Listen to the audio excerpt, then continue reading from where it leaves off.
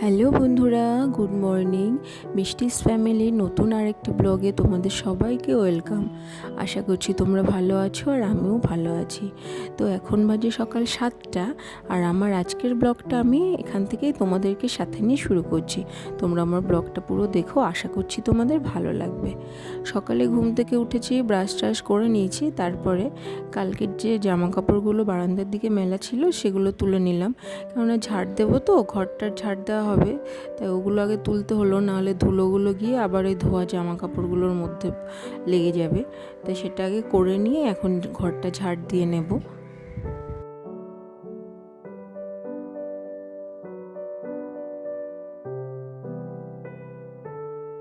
আজ হলো রবিবার, ছেলের স্কুল ছুটি, শনি রবি দুদিন স্কুলটা ছুটি থাকে, ওই জন্য সকালে একটু দেরি করে উঠেছি ঘুম থেকে। অন্যদিন 6টার আগে উঠে যেতে হয়, তাই আজকে একটু লেটে উঠেছি। আর সকাল থেকে সেরকম কোনো কাজের তাড়া নেই, কারণ ওর স্কুল থাকলে যেই কাজের তাড়াটা থাকে, টিফিন বানানো, তারপরে ওকে রেডি করানো, খাওয়ানো, ওকে আবার স্কুলে ছাড়তে যাওয়া, সেসব কাজের কোনো তাড়া নেই আজকে। ওই জন্য আজকে কাজটা একটু ধীরে সুস্থেই করছি।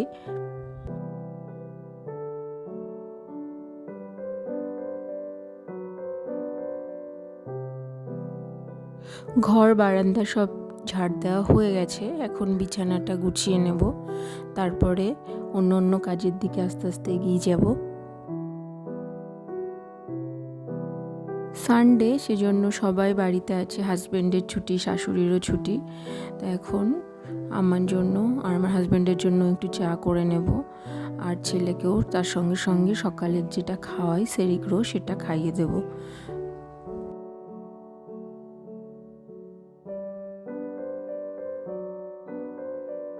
আজকে ভেবেছি কি যে রান্না করতে যাওয়ার আগে একটু ক্লিনিং ডাস্টিং যে কাজগুলো সেগুলো করে নেব, কেননা সানডেতে রান্নাঘরের রান্নাবান্নার চাপটা একটু বেশি থাকে, তো সেই জন্য রান্নাবান্না করে আসার পরে না ইচ্ছা করবে না এগুলো করতে।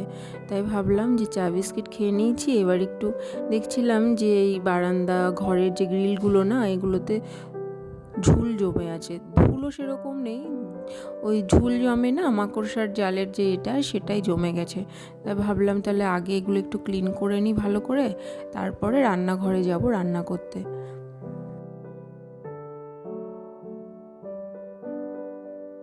অনেক দিন ধরে ভাবছিলাম যে এই গ্রিলের ঝুলগুলো পরিষ্কার করব, কিন্তু সময় হচ্ছিল না, তো কেননা ঘরের তো আরও অনেক কিছু ক্লিন করার থাকে, সেই জন্য সেগুলো করার পরে এদিকে আর খেয়াল করা হয়নি। তো যাই হোক, চলে এসেছি এবার কিচেনে, এসে আগে প্রথমে ভাতটা বসিয়ে দেবো। শাশুড়ি যেহেতু বাড়িতে আছে, মার ছুটি বললাম আগেই, ওই জন্য মা সকালে ওনাদের জন্য যে ব্রেকফাস্ট উনি বানিয়ে নিয়ে নিয়েছিলেন। তা আমি তো সকালে সেরকম হেভি ব্রেকফাস্ট কিছু করি না, ওই জন্য মা ব্রেকফাস্ট বানিয়ে মা, বাবা আর আমার হাজব্যান্ড ওরা খেয়েছে। যাই হোক, এখন আমি ভাতটা বসিয়ে দেব। ভাতটা বসিয়ে দেওয়ার পরে আস্তে আস্তে অন্য অন্য কাজ যেগুলো আছে সেগুলো আস্তে আস্তে করতে শুরু করব। তারপরে দেখলাম যে যে ভাতটা বসিয়ে দিয়েছি, অন্য কাজ করার আগে চা খেয়েছিলাম, সে বাসনগুলো আগে ধুয়ে নিই। তাই এখন চায়ের বাসনগুলো সব ধুয়ে রেখে দেবো।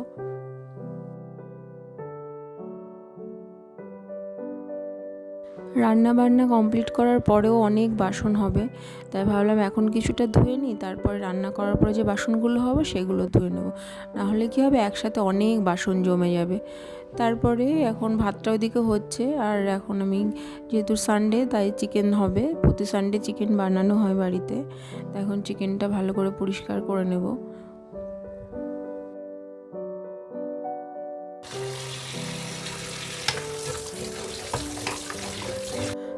3-4 বার ভালো করে না ধুলে না মাংসটা ভালো করে ক্লিন হয় না, সেই জন্য আমি কম করে 3-4 বার চিকেনটা ভালো করে ধুয়ে নিই।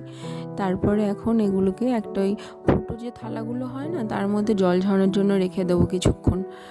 আর অনেকটা চিকেন আনা হয়েছে, ওই জন্য কিছুটা আজকে রান্না করব আর কিছুটা রেখে দেবো ফ্রিজে, অন্য একদিন 2 দিন পরে রান্না হবে আর কি।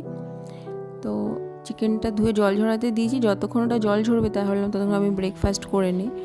এখন ব্রেকফাস্টে খাবো মুড়ি, ডাল, আর মা একটা মিক্সড সবজি বানিয়েছে সেটা দিয়ে। এগুলো সব আমার শাশুড়ি মাই রান্না করেছেন। ছুটির দিনগুলো আমার একটু কষ্ট কম হয়, কেননা উনি আমাকে এই সমস্ত কাজে একটু হেল্প করে দেন, কিন্তু ওনার যেদিন স্কুল থাকে উনি একদমই হাত দিতে পারেন না, তো এখন ভাবলাম ওটা আগে খেয়ে নিই, আর ওদিকে মা তরমুজ কাটতে বসেছে, খেয়ে নেব তারপরে আমি চিকেনটা রান্না করব। আর ভাতের মধ্যে হয়ে গেছে।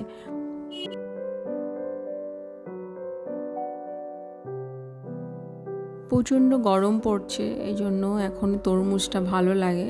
আমি আগেও বলেছি আমার অনেক ব্লগে যে গরমের টাইমে প্রচুর পরিমাণে তরমুজ আমাদের বাড়িতে খাওয়া হয়। আর গরমের জন্য ছেলের চুলগুলো ছোটো ছোটো করে কেটে দিয়েছি, অনেকটা বড় হয়ে গেছিলো, তা দেখছিলাম যে অনেক র্যাশেস বেরিয়ে গেছে, তা ওর বাবার সঙ্গে গিয়ে চুলটা কেটে এসছে।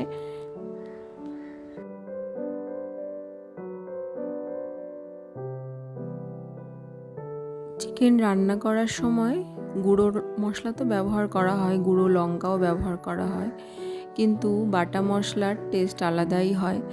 ওই জন্য মা আজকে বাড়িতে তাই বললেন, দাঁড়াও আজকে আমি সমস্ত কিছু বেটে দিই, এটা দিয়ে রান্না করো। আর যেদিন আমি পারি না সেদিন গুঁড়ো মশলা দিয়েই করি। তো চিকেনটা বসিয়ে দিয়েছি, এটা বানাতে অনেকটা টাইম লাগবে, তো ভালো করে এখন মশলাগুলো কষিয়ে নিচ্ছি।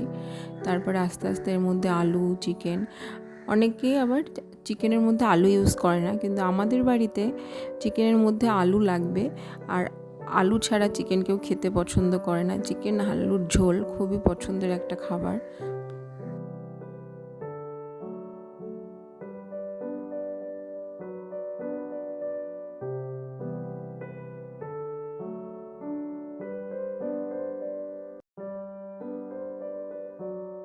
যতটা পরিমাণ চিকেন আছে লাঞ্চে হয়ে যাবে, ডিনারেও হয়ে যাবে। ওই জন্য আজকে রাতেও তেমন কিছু রান্না করব না। তো এখন চিকেন আলুর ঝোলটা করে নিচ্ছি। ভাত আগে হয়ে গেছে, আর মা সকালে ডাল, একটা মিক্স সবজি, সেটা তো তোমাদের দেখিয়েছিলাম, ওটা মা করে রেখেছে। তো আজকের মেনু এটাই।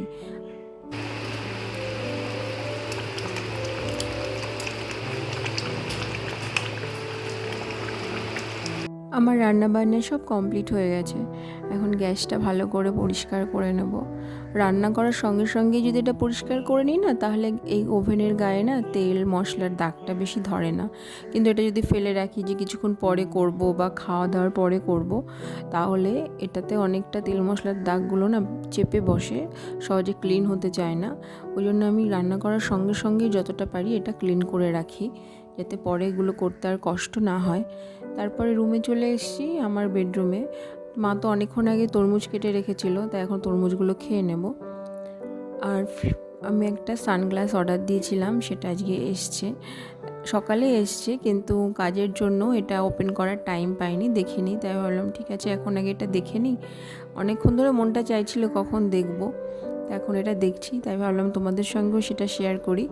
কেমন দেখতে হয়েছে দেখো তোমরাও।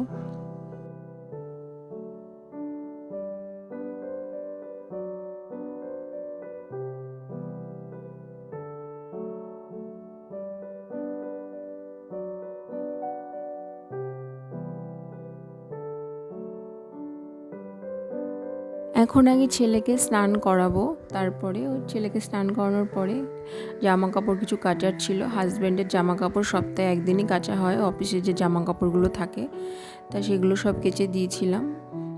তারপরে খাওয়া দাওয়া করলাম, ঘুমোলাম। ঘুম থেকে উঠে এখন বাজে বিকাল 5:30। 5:30টার সময় এসেছি, যেগুলো কেচে দিয়েছিলাম সেগুলো সব তুলতে। পুরোপুরি শুকিয়ে গেছে, আজকে খুব ভালো রোদ ছিল, ওই জন্য জামাকাপড়গুলো পুরো শুকিয়ে গেছে। জামাকাপড়গুলো তুলে নিলাম। এবার প্রতিদিনের যে আমার কাজটা থাকে, ডিউটি, যে আমার গাছগুলোকে আমি জল দিতে হবে, তা এখন জলটা গাছগুলোতে ভালো করে জল দিয়ে দেবো।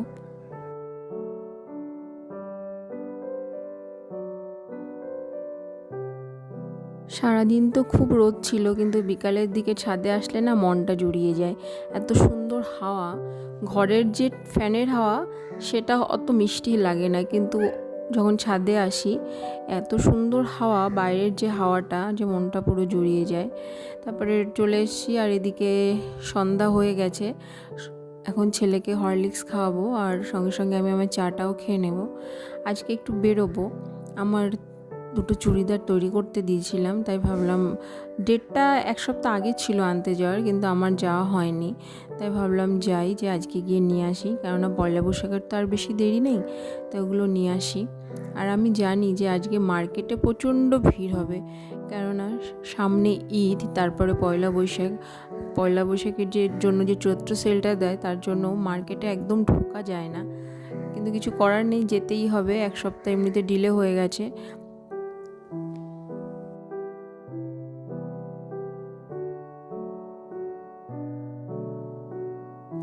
যেটা ভেবেছিলাম সেটাই, মার্কেটে এসে দেখি যে এত ভিড় যে স্কুটি নিয়ে না এগোনো যাচ্ছিল না। তারপর আজকে ছিল রক্ষাকালী পুজো, তা সেখানে এই একটা রক্ষাকালী ঠাকুরের মানে কালী ঠাকুরের মন্দির ছিল, সেইখানেও প্রচুর লোক জমা হয়েছিল। আর ঈদের মার্কেট, সেলের মার্কেট দিয়ে মনে হচ্ছে যেন পুরো পুজোর বাজার। আমাদের এখানে পুজোর সময় এরকম ভিড় হয়। আজকে আমি মার্কেটে এসে যে ভিড়টা পেলাম, আর এত সুন্দর করে সাজিয়েছে ঈদের জন্য। এখন থেকেই না পুরো সাজসজ্জা শুরু করে দিয়েছে আর কি।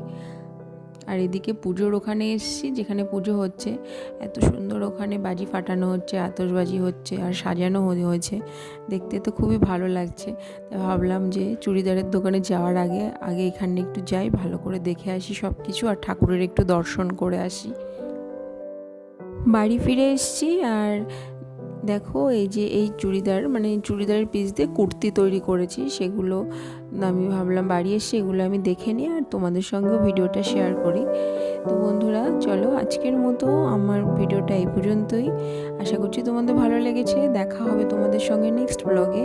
তোমরা আমার সঙ্গে থেকো, আর ভালো থেকো, সুস্থ থেকো। আর যারা আমার চ্যানেলে নতুন আছো, তারা আমার চ্যানেলটা প্লিজ সাবস্ক্রাইব করে দিও। আর যারা আগে থেকেই আছে, তারা লাইক, কমেন্ট, শেয়ার অবশ্যই করো। সবাইকে জানাই শুভরাত্রি। টাটা।